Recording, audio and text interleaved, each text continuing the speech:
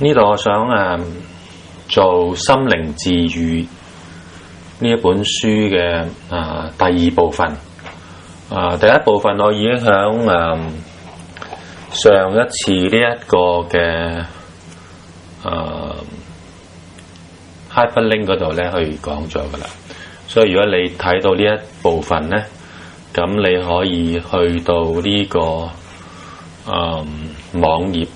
上邊呢一條 hyperlink 咧去睇翻上一個 part。點解要講第二部分咧？其實係心靈治癒呢本書咧就有8章咁樣，咁但係佢響中間或者附錄嗰度咧就提到一個心靈嘅重溫舊事嘅祈禱。嗱，呢一個嘅附錄咧，其實係我覺得係相當有意思嘅，因為其實佢唔單止響理論上邊，響1到8章咧去講咗心靈治癒嗰個理論，去到重溫舊事嘅祈禱咧，其實就做咗一啲好實際進入去心靈治癒嘅練習裏邊。咁所以我覺得應該咧好比較詳細少少去講一講重溫翻心嗰個結構啦。咁呢一個 part 係我自己去做嘅，就本書係冇提到嘅。就我哋成日講心靈，響聖經裏邊有8次咧去講到心呢一樣嘢。咁如果我哋真係去理解心咧嗰個結構咧，咁我就將佢分開咗5個部分，理性、意志、記憶力同埋感覺、想像力咁樣。咁所以呢本書成本書為去到心靈嘅治癒，其實就係講緊成個嘅心靈裏邊嗰個運作結構。咁佢最集中其實講一個部分咧，主力就係講到個記憶。咁所以其實心靈裏邊係有記憶呢個元素嘅。記憶其實唔係只係去記一啲嘅事情或者係一啲嘅日常嘅事。其實記憶裏邊咧，其實好多時同我哋被傷害，以至我哋進入翻去醫治嘅時候咧，係好有關係嘅。因為原因我哋上一 part 講咗啦，其實我哋嗰個記憶會選擇咁樣去記一啲嘅事情。咁所以好多時我哋長大嘅時候咧，我哋會記錄住一啲被傷害嘅事。咁同樣我哋要去醫治呢啲被傷害嘅情況咧，我哋要進入翻嗰個記憶嘅裏邊。咁呢一個圖咧就更加會清楚少少，因為其實我哋有情緒，然後有事件，然後我哋會有個詮釋。咁呢個詮釋就記咗喺我哋嘅心裏邊。所以唔同嘅人對唔同嘅事咧，有唔同嘅詮釋喺裏邊嘅。咁而心靈嘅治癒咧，就係幫我哋進入翻呢個嘅回憶記憶嘅裏邊咧，做一啲嘅重新詮釋呢件事。呢個唔係一個心理學，而係讓聖靈、讓上帝咧去幫我哋一重入到呢個嘅禱告，呢個回憶嘅禱告裏邊咧，去重新詮釋成件嘅事。咁呢兩頁咧就係介紹翻黃敬宏神父啦。咁上一章我都講過啦，咁我就唔喺度重複。咁心靈治癒嘅重溫舊事的祈禱，咁我就俾咗呢個名佢，因為其實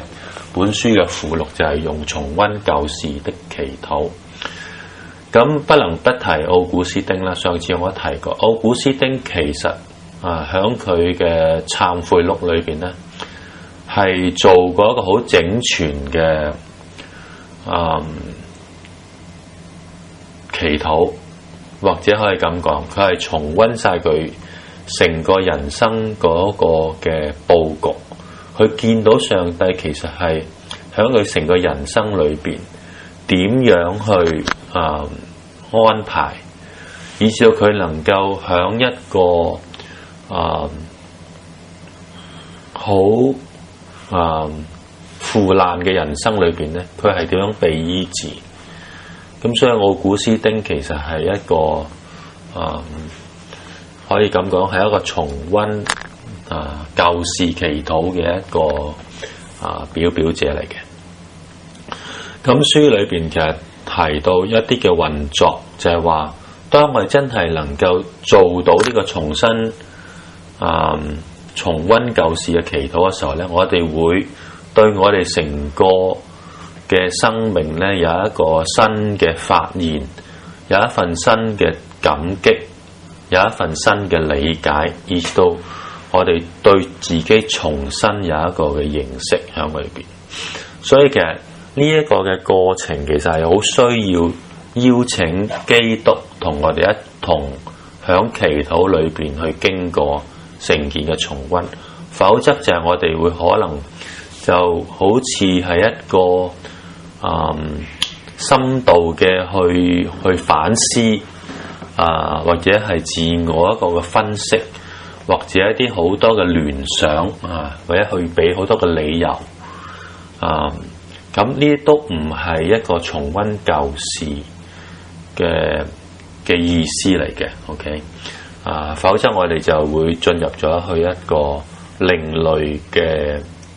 深度嘅反思裏邊。所以基督係要同我哋一同去進入去裏邊，好似一對佢喺度提到，好似一對好親密嘅男女朋友咁樣。嗱，當然其實講呢個比喻係咪啱，我就即係可能聖經都講到係一個婚姻啦，可能我哋同基督咁咪重溫嗰個價值觀態度，或者我哋面對過嘅一啲嘅痛苦然後基督又點樣去幫助我哋進入一個寬恕嘅裏邊。咁呢度就講到我哋要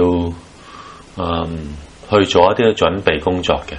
即係我哋如果要進入一個重溫舊事嘅禱告裏邊咧，我哋其實係要明白呢個係恩典，我哋唔能夠逼上帝出現響成個嘅禱告裏邊嘅。所以我哋係好期望或者好明白神嘅臨在係一個恩典，而我哋要進入去嘅時候咧，我哋自己之前咧，佢講到一啲間接嘅準備咧，可能我哋祈禱者咧，我哋好需要去將往事咧去寫低啦，或者係去準備一啲嘅記憶咁樣嘅。咁佢都提到可以按我哋成長唔同嘅階段咧，去事先可能寫好，可能按照我哋嘅年紀啦、童年啦去準備。咁呢佢提咗7個嘅例子，就係話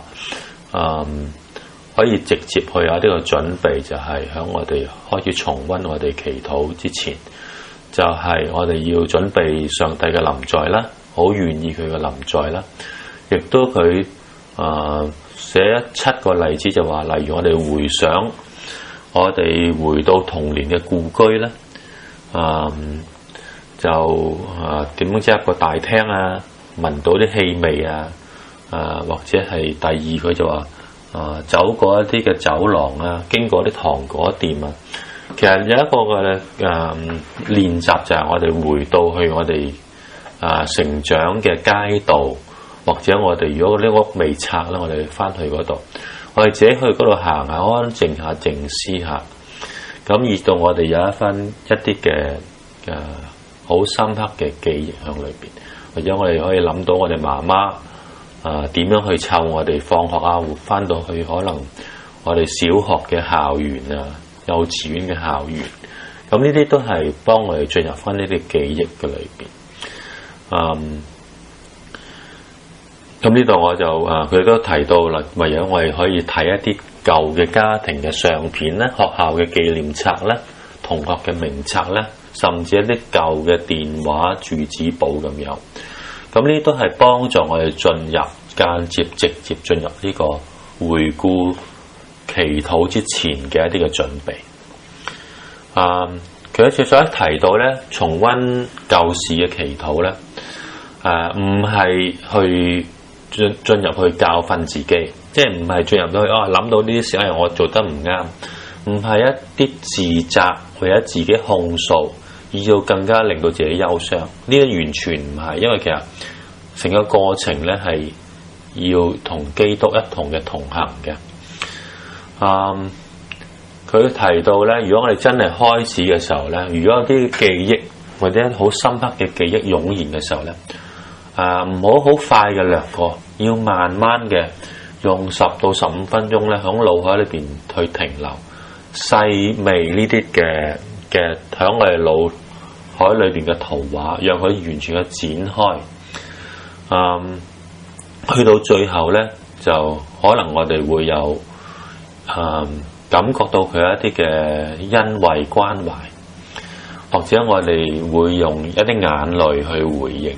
呢啲都係響成個過程裏邊咧，祈禱如果真係能夠做到嘅時候咧，我哋呢啲嘅情緒就會響成個回憶裏邊咧會出翻嚟嘅。咁最後我哋可以用一句好簡單嘅說話，如果真係祈禱完嘅時候，就去多謝我哋嘅神去幫助我哋響呢個回憶嘅裏邊。佢呢度咧都有好細節咧講到重溫舊事祈禱嘅一啲嘅階段同埋步驟。咁佢分開咗4個階段㗎。咁就第一個階段咧，其實係先去回憶一啲人物咧，去對自己或者自己做咗咩嘅善事啦，佢用種善事啦，即係好嘅嘢。而唔係回憶一啲自己所做嘅惡 ，OK？ 因為其實佢覺得，即係黃神父覺得咧，我都覺得啱嘅。其實，我哋響回憶嘅時候，可能第一個階段咧，去回想自己做咗嘅好嘅嘢，一啲善嘅嘢，免得我哋咧，仲有一個好消極嘅回憶嘅裏邊。佢用分心走意呢一個嘅名詞，我覺得幾有意義㗎，即係讓我哋咧都。成個人沮喪或者佢已經分咗心去被嗰啲情緒即係用啲惡事嘅情緒去帶動。所以其實第一個階段咧係回想自己一啲所做嘅或者別人對自己做嘅善嘅事，以至到進入第一個階段。咁所以第一個階段唔係話做完15分鐘就做第二個階段，我諗係。你可以分唔同嘅日啦，可能今日我去做呢樣嘢，就過兩日我做第二個階段。而第二個階段咧係回想自己如何擁有美善傾注給別人，即係其實意思就係話你為別人做咗乜嘢嘅好事 OK。呢個好似乎響我哋嗰個會唔會造成驕傲㗎？會唔會變得我哋有好多虛榮喺裏邊啊？咁呢個佢就喺呢度提到咧，可能呢個就係我哋嘅困難，因為我哋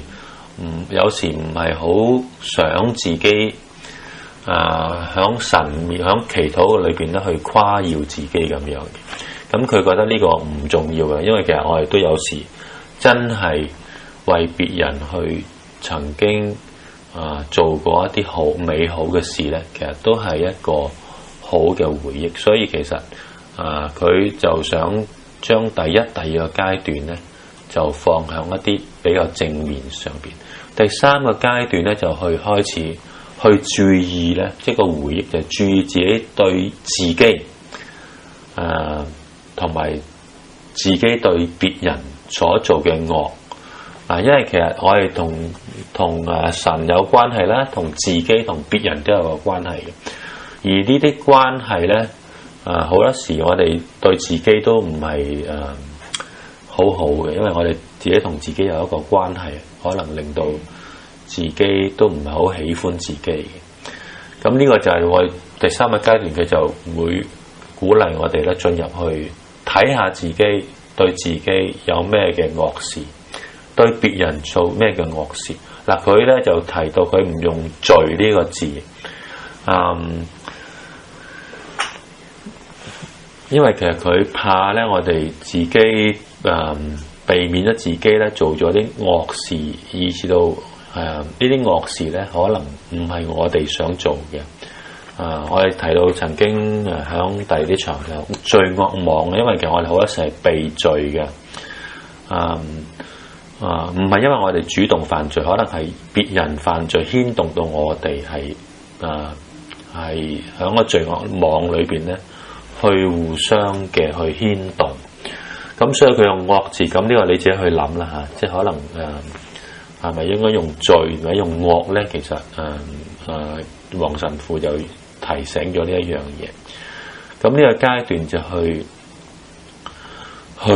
進入去回顧，同神回顧，同基督一同去回顧自己所對自己對別人所做嘅惡事。呢啲嘅情況佢提到咧，可能我哋會壓抑嘅，因為其實通常呢啲咧都係我哋對一啲我哋好親嘅人啊，好尊敬嘅人，或者一啲好深厚感情嘅人所做嘅。咁通常我哋可能諗到呢啲咧，其實我哋自己可能會將呢啲事去抑壓咗佢，唔好想諗嘅。咁但係其實回顧重溫呢啲祈禱咧，其實真係要同基督同行，唔需要怕嘅，因為其實佢同我哋一齊嘅時候，你可以將你嘅感受、將你嘅困難去同佢一齊去傾訴。第四個階段咧，就係當我哋做咗前三個階段，其實我哋開始咧對自己、對別人喺我哋身上所做嘅惡，或者我哋對別人、對自己所做嘅惡事或者罪咧，去有一個好清晰嘅回憶之後，其實我哋就進入一個接受嗰度啦。其實係我係願意接受呢啲都係事實，因為我哋體會到，其實好似保羅所講，我所願意嘅我唔做，而我唔願意我做。我心裏邊有兩個律嗱，其實呢度就係其實佢提到，我好覺得係我哋明白原來我哋生命裏邊咧係被捆鎖嘅，我哋裏邊咧體會到我哋係好軟弱嘅一個人，咁呢啲都係事實嚟嘅。咁如果喺第四個階段咧，我哋能夠進入第四個階段嘅時候，我哋就喺神嘅面前承認 ，OK。我哋係一個點樣嘅人，見到自己係一個點樣嘅人。我哋唔係太好嘅啫，其實雖然係基督徒，但係基督徒只係一啲認識自己嘅罪嘅人。OK， 又能夠到神面前去認罪，同其他人其實個分別好多時都唔係好大嘅，所以唔好以為自己係好高級啊嘅基督徒。咁呢度就係講到個第四個階段啦。咁佢提到聖經嘅依據啦，其實呢度就係話，聖經有冇依據嘅咧？其實重溫舊時嘅祈禱。咁佢就提到約翰福音，就聖靈嚟到就去教導我哋，去回憶翻呢啲嘅事，能夠明白耶穌曾經講過，咁呢都佢覺得係一啲回憶，咁就亦都佢提到詩篇105，都係去回憶，即係以色列民咧去回憶神點樣奇妙嘅拯救等等。咁就約書亞咧，約書亞係一個摩西最後嘅遺訓，亦都係一個回憶。約書亞嘅遺訓亦都係一個回憶，OK， 叫佢哋回想翻神點樣帶領佢哋出埃及、入迦南。撒母耳記憶都係一個回憶咁樣。咁其實其他咧都有一啲例如我覺得用約瑟嗰個回憶同埋一個記憶嘅治療咧，或者心靈嗰個治癒，其實一個我覺得係最值得、最詳細一件嘅事件，因為約瑟點樣被賣，然後佢能夠從成件事響做咗宰相之後，佢重遇佢呢10個或者11個兄弟，又能夠見到響雅各之後，雅各死咗之後，即係佢爸爸雅各死咗之後咧，佢點樣去定論咧？呢一件被賣到埃及嘅事，佢見到，所以其實成個係一個治療嚟嘅。OK， 約瑟可以好怨恨佢出賣佢嗰10個嘅哥，但係佢點樣能夠神幫助佢？我好相信佢響監獄啦，佢響呢幾十年裏邊咧被賣嘅時候，佢一路去回憶，係成個圖畫。佢能夠見到佢即係落監獄，又見到佢主母所賣，下監獄佢幫助糾正出翻去嘅時候，佢成個其實都可以好怨恨嘅，因為其實好多嘢佢係好正直，係冇做錯，佢有幫人，似乎佢又仍然響一個痛苦嘅裏邊，但係其實佢一步一步。成個圖畫能夠睇到嘅時候咧，係一個相當好嘅我哋講個心靈治癒或者一個記憶治療嘅一個好好嘅範例嚟嘅。最後作者咧，黃神父就提到：咦，我哋好多祈禱，重溫舊時嘅祈禱，究竟有冇正確？能夠判斷到我哋嘅祈禱有冇效㗎？咁佢就提咗9個10個嘅徵兆喺裏邊。咁我呢度就唔詳細講，你可以自己慢慢睇。但係其實佢主要都提到咧，其實如果係真係能夠正確咁樣去重溫，進入一個重溫舊時嘅祈禱之後成日我哋出翻嚟嗰個人咧，係會好唔同嘅，因為其實我哋由內而外能夠被醫治，再出翻嚟咧，我哋成個人對事物有新嘅睇法，對情感唔會太多被用理性去佔據，我哋會注意到其實新嘅價值觀。對重新仲有自己新嘅認識，對事物有一個新嘅洞察力，然後我哋又見到佢講到默觀呢樣嘢啦，即係響行動中，響祈禱與行動之間咧，個延續性，即係我哋會響生活裏邊咧去有默觀，我哋默觀到神嘅同在臨在，我哋響發覺嘅時候咧，原來發覺神響當中，呢個就係默觀嘅一個精髓響裏邊。我哋對神了解更加多 ，OK， 去明白基督更加多。